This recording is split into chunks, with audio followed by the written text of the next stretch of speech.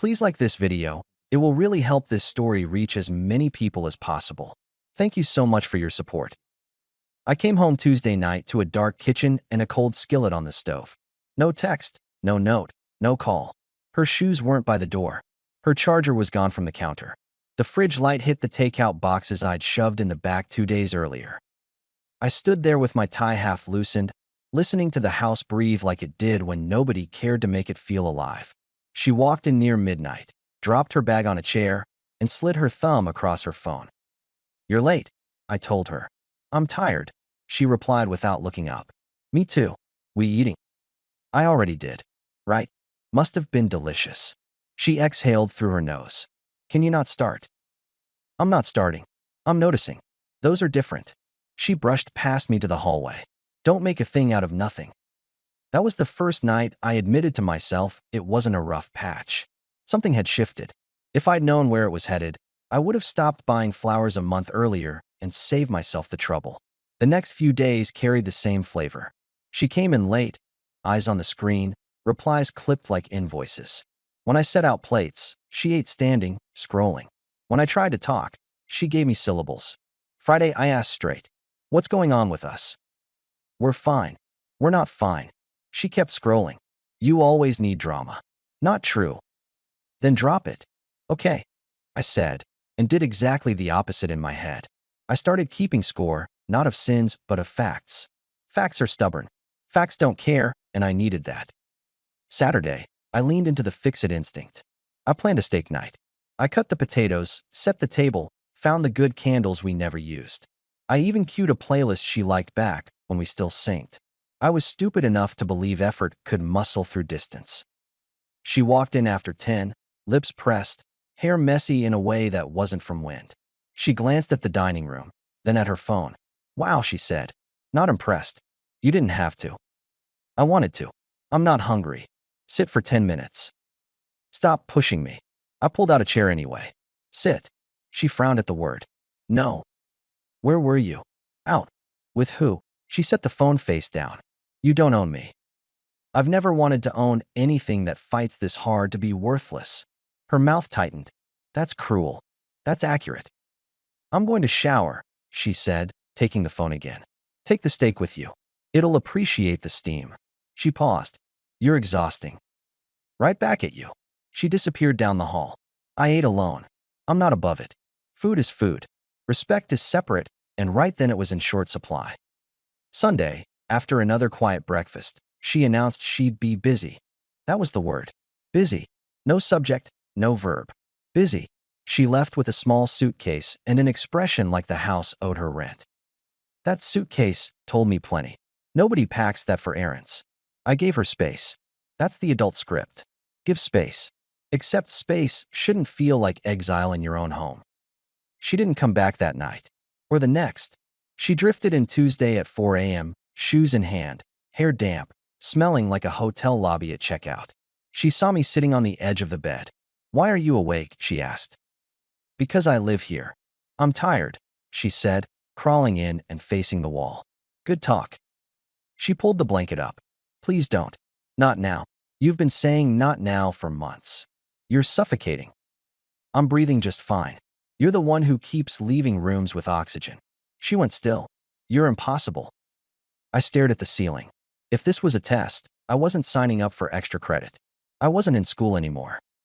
By midweek, we had a routine. She vanished late. I made dinners that went cold. She replied to questions like I was a telemarketer. When I did corner her for 5 honest minutes, she'd throw out something like, "You're controlling," or "You're overthinking." Power moves dressed as diagnosis. Wednesday evening, she showed me a new trick, the smirk made for strangers. I held up a weekend brochure. I booked a cabin by the lake. 2 nights. Disconnect. She snorted. "Cute. You used to like the lake." "I like my schedule more." "Your schedule includes 4 a.m.? She shrugged. "Maybe. Give me one good reason not to cancel the cabin." "Because you'll feel sad." "I'll survive." She rolled her eyes. "Then cancel. I don't have the bandwidth for your projects." "My projects." She flicked her hair back. "I'm not your client." I put the brochure down. "Understood." She spotted the open laptop on the counter and reached for it. "I need this." For work. At midnight. She met my eyes for half a second. Yes. Take it, I said, and closed it for her. I'm done supervising devices. Stop being dramatic. I'm not. I'm tired of acting like we're two people trying. Only one of us is. She scoffed. You're so needy.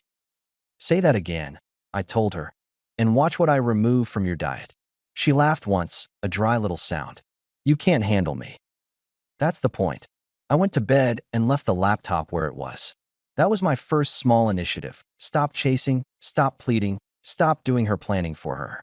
You want the world outside this house. Take it. See if it feeds you when you're sick or swamped or broke.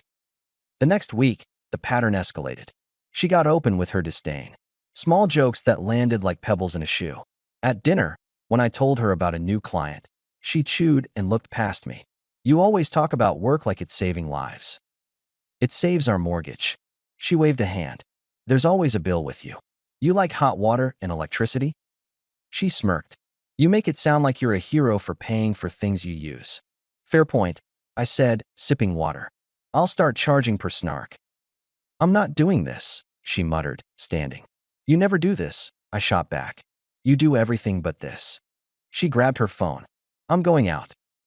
To where? Out. You going to be out with a name? She put on lipstick in the reflection of the microwave. Don't wait up. I stopped waiting up last week. She paused at the door. Finally learning. Finally teaching. She left. I cleaned the plates, because I still liked order. Then I opened a separate checking account that night and routed my direct deposit. Call it petty if you're 12. If you're an adult, it's basic risk management. I wasn't about to fund contempt. 2 days later, I moved our shared subscriptions into my name only and changed the credentials. Not as punishment, as a boundary. You disrespect the person, you don't get the perks. The house still had heat. I wasn't cruel. I just drew lines she couldn't see until she hit them. A week into this, she tried a new angle, public performance. We were at our friend's backyard get-together. Burgers, kids running, music low. I brought a salad because the host, Mike, is the kind of guy who pretends to care about greens. He's my neighbor too, former Marine, now construction foreman. Straight shooter. She floated in late with oversized sunglasses and that little suitcase again, like the world was an airport. She kissed the air near my cheek and went straight to the group by the cooler. I followed, because I wasn't going to hide in the shade like a dog that chewed a shoe. Mike clapped my shoulder. You good, man? I'm present. He chuckled. That's more than most. She popped a can and announced to the circle, we're taking a break from routines. It's healthy. I looked at her. Is that what we're calling it? She smiled at the group. He gets intense. It's endearing. I told Mike. If I turn endearing, hit me with a hose. She giggled. See? He jokes. But he's been a lot. Define a lot. I replied. Schedules, plans, constant needs. Like meals together, I said. Conversation. Basic marriage maintenance. She sipped. He treats me like an employee. An employee who no-shows shifts, sure. One of Mike's buddies, a guy named Brandon who likes to hear himself, chimed in. Maybe she needs space, bro. I looked at Brandon. Maybe you need another hot dog. Laughter cut the tension. She didn't like that. She leaned in close. Too sweet. Don't embarrass yourself. You're doing fine for both of us, I answered. She turned to the group. He's paranoid lately. Thinks I'm up to something. Am I wrong? I asked her. She tilted her head. How would you know either way? You want honesty? I said to the circle. I come home. Nobody's there. I cook. Nobody eats. I ask questions. I get static. But apparently the issue is that I notice. She put the can down. You're making people uncomfortable. Mike cleared his throat. We've all been uncomfortable before. It's not fatal. She blew out a breath and put a hand on my forearm like she was the reasonable one. Let's not do this here. Agreed, I said. Let's do this at home at 9. Be there. Her eyebrows rose. Excuse me. Let me pause the story for just a second. If you're still listening, please hit the like button on this video. It really helps YouTube show this story to more people. Thank you so much for the support.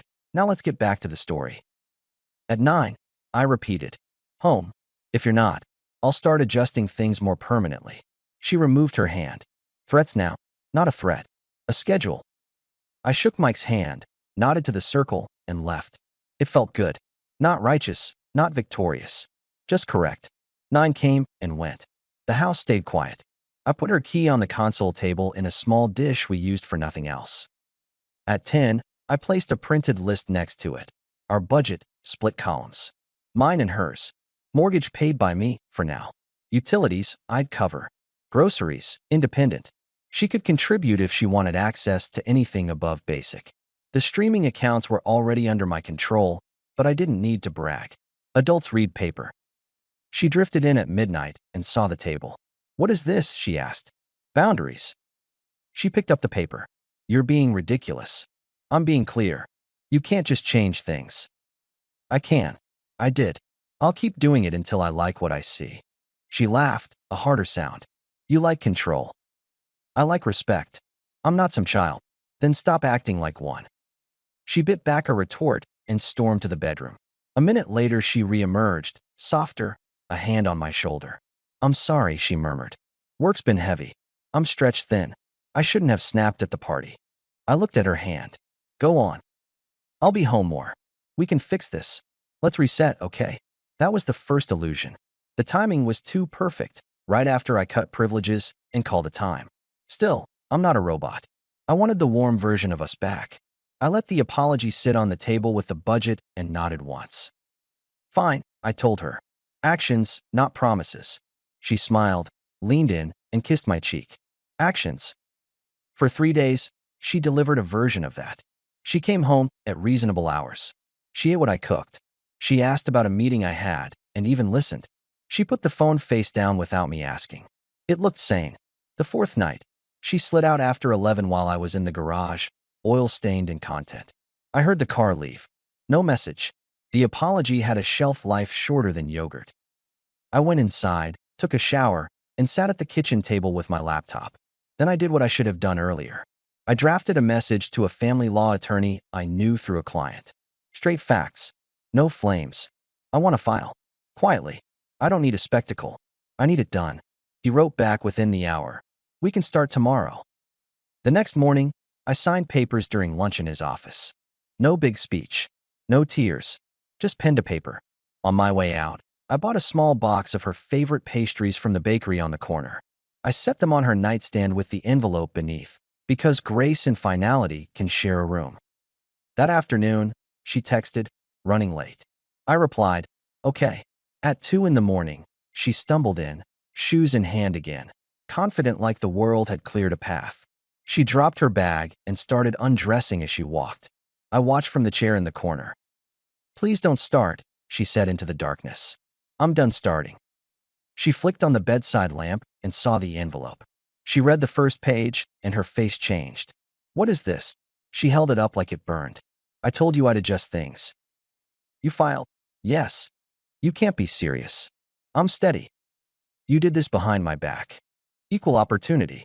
"You've been living behind mine." Her voice went sharp. "This is a joke. I'm not signing anything." "You don't have to like it. You're throwing away our marriage." "You threw it away. I just took it to the curb." She shook the pages at me. "You're making a mistake. Then you'll get to watch me live with it. You'll regret this," she snapped. I stood, met her eyes, and said, "Wish granted." "Pack." She stared like I'd spoken a different language. "Pack what?" "Your essentials. You can stay at the condo your cousin sublets. Or wherever you want that isn't here. We're done living like roommates who can't stand each other. You can't kick me out. I can end the living arrangement. I can change the locks.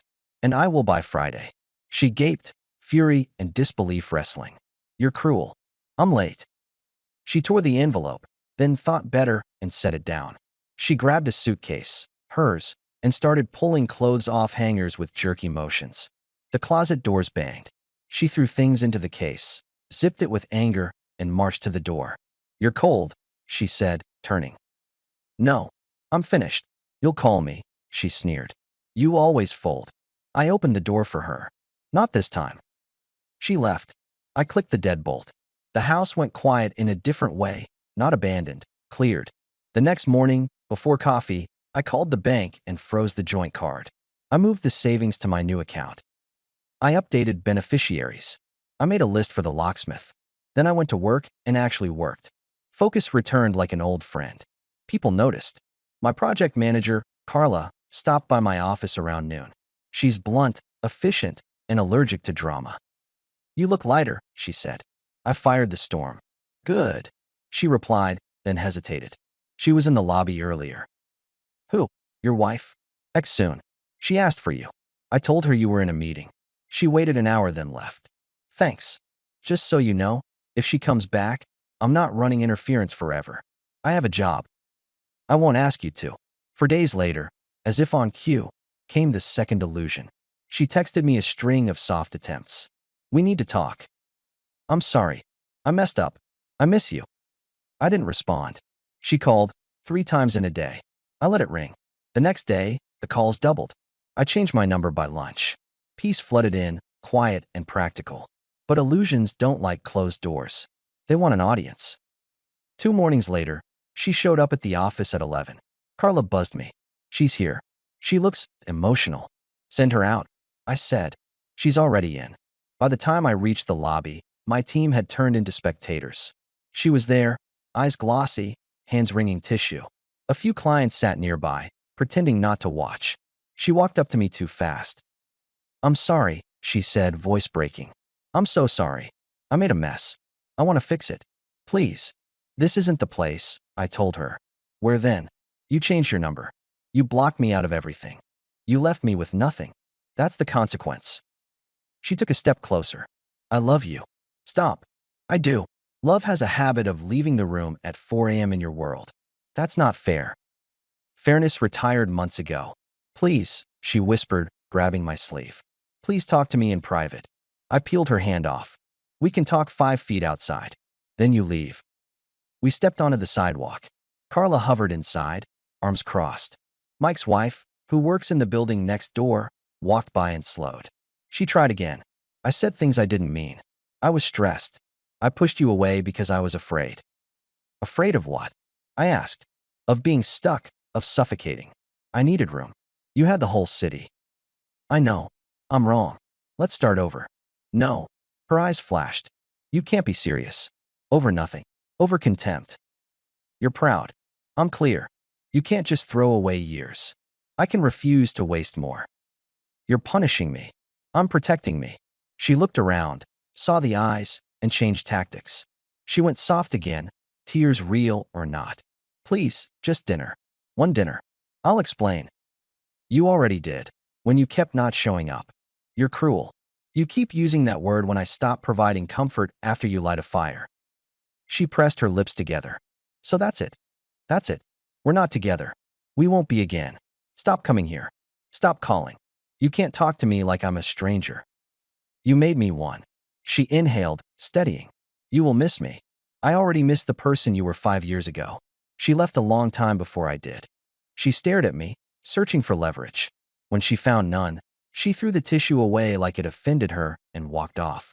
Carla stepped outside. You okay? She asked. I'm better. She's going to try again. Probably. You want me to flag security if she shows up? Please do. Carla nodded. You handled it. I always do. That night, she parked down the block from my house and waited. I saw the car when I pulled into the driveway. I didn't engage. I went inside, turned on music, cooked a simple dinner, and texted Mike. Seen a white sedan lingering on our street?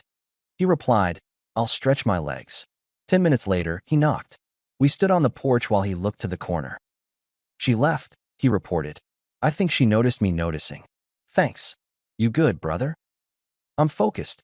He tilted his head. You want advice? Not usually. You're getting it anyway. Go somewhere. Clear your head. She'll eventually stop when the audience changes. He wasn't wrong. I booked a trip that night. Nothing fancy, just a flight west, 3 hours in a rental car. Mountains, predictable weather, quiet. I left 2 days later. I didn't tell anyone where, not even Mike. I didn't know updates. On the plane, I realized I hadn't thought about her for 40 minutes. That was progress. Out there, it was simple. I hiked.